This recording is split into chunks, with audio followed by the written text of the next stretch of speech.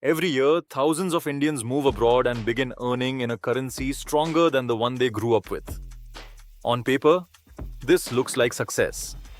In practice, it is one of the most financially dangerous transitions a person can go through. Because sudden access to two currencies, two tax systems, and two sets of financial rules creates more ways to lose money than most people are prepared for. This video is not about optimism.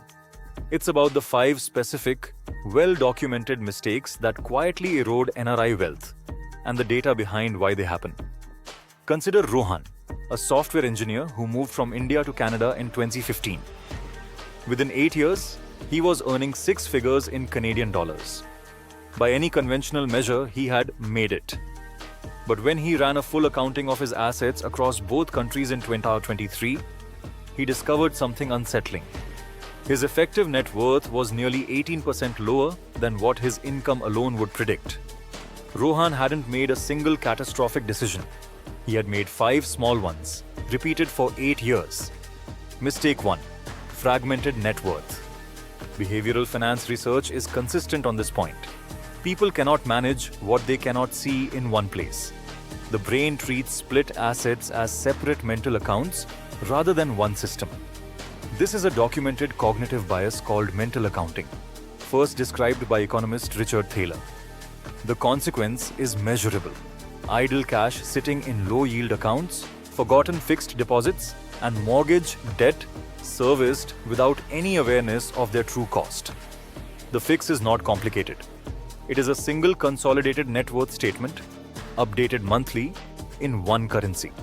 What is complicated is the discipline to maintain it, because fragmentation feels safer than confrontation. Rohan's first change was surprisingly simple. He stopped thinking in separate countries and started tracking everything in a single monthly net worth statement, converted into one currency. It didn't increase his income overnight, but for the first time, he could actually see where his money was going. Mistake 2. The remittance tax. Traditional bank wire transfers embed an exchange rate margin that is rarely disclosed as a cost, because it isn't a fee, it's a spread. On a single $1,000 transfer, that spread can run $15 to $25. Multiply that by twice monthly transfers over 10 years, and the cumulative loss may exceed well over $4,000. Money that, if redirected into a basic index fund, could have compounded into significantly more. This is not a hypothetical, it is arithmetic. From that point on, Rohan stopped looking only at transfer fees and started comparing the total exchange cost and various remittance platforms like Remitbee and Remitly before sending money. The savings on each transfer seemed small, but over time, they became another source of wealth that stayed invested instead of disappearing into currency spreads. Mistake 3. Ignoring employer-sponsored tax shelters. Whether it's an RRSP in Canada or a 401k in the United States, employer matching is one of the few truly guaranteed returns in personal finance. A 50% employer match means every dollar you contribute immediately becomes $1.50 before any market growth is even considered. Benefits enrollment patterns often show immigrant workers are less likely to enroll early, largely due to unfamiliarity with the system rather than any rational financial reasoning.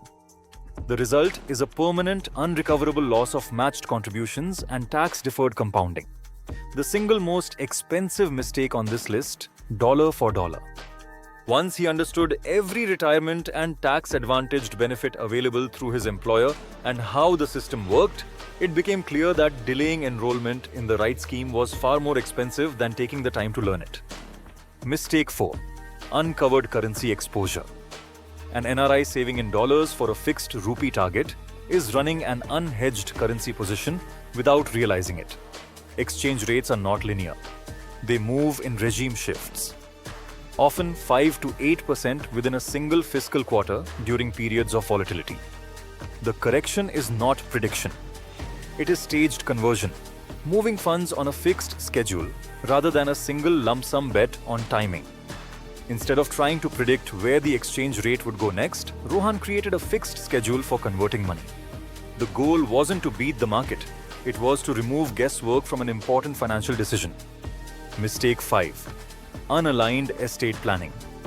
This is the least discussed and most consequential mistake because its cost is not measured in dollars. A will drafted in Canada frequently does not extend to assets held in India. Nominees on Indian financial instruments are routinely outdated by a decade or more. In cross-border families, incomplete documentation, not the size of the estate, is often what turns inheritance into a prolonged dispute. Finally, he reviewed his estate documents across both countries, updated nominees where needed, and made sure his family wouldn't have to untangle avoidable paperwork years later. It was planning that protected people, not just money. None of these 5 mistakes are the result of poor character or a lack of effort. They are the predictable output of managing 2 financial systems without a single integrated framework. And the data confirms this pattern repeats almost identically across thousands of NRI households. The correction is not more income. It is structure. 1 net worth statement, 1 remittance strategy, full utilization of tax-advantaged accounts, a currency conversion plan, and estate documentation that spans both countries. Rohan implemented all 5 over 18 months. His effective net worth gap closed entirely. Not because he started earning more, but because he stopped losing what he had already earned.